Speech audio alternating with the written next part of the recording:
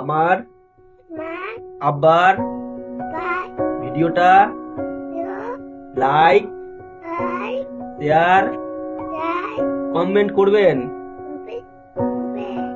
হ্যাঁ এইভাবে করে দাও, এভাবে এভাবে করো। হ্যাঁ বলো টাটা গাইস, গুড মর্নিং, আসসালামু আলাইকুম। এখন ভোর 4টা 15 মিনিট। আমরা দু বাপ বেটা কি করছি? আব্বা কি খাচ্ছি? কি খাচ্ছি বলো? এটা কি? হুম? এ বলে না। তো আমি আজকে 3-4 দিন কন্টিনিউ ভাত খেলাম, ভাত খাওয়ার ইচ্ছা করছিল না, তাই রুটি খেলাম। আর আমার সাথে আমার ছেলে ছেলে না আব্বা, কি আব্বা হবে না ছেলে? কি হবে বলো? কথা বলে না। তো যাই হোক, ও উঠে গেছে। তো ও এখন সেহেরি করতেছে, তাই না আব্বা? সেহেরি করতেছে না? কালকে রোজা ধরবে না?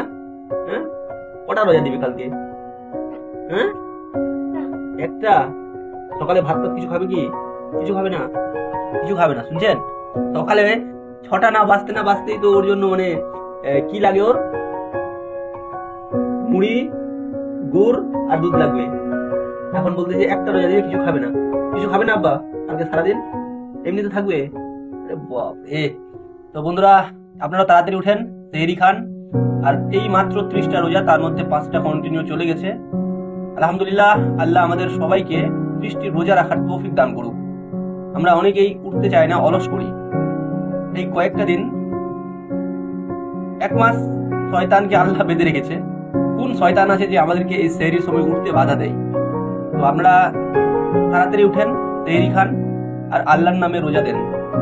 অবশ্যই দিচ্ছেন, তবে এই সেহরিটাকে মিস করবেন না, কারণ দিনের পরিমাণ একটু বড়, দ্বিতীয়ত রৌদ্র আছে। সেহরিটা অবশ্যই করবেন। যাই হোক না কেন, ভাত রুটি চা নাস্তা খেয়ে রোজা রাখেন। আব্বা সবাইকে টাটা দিয়ে দেবে একবার। Tata tata.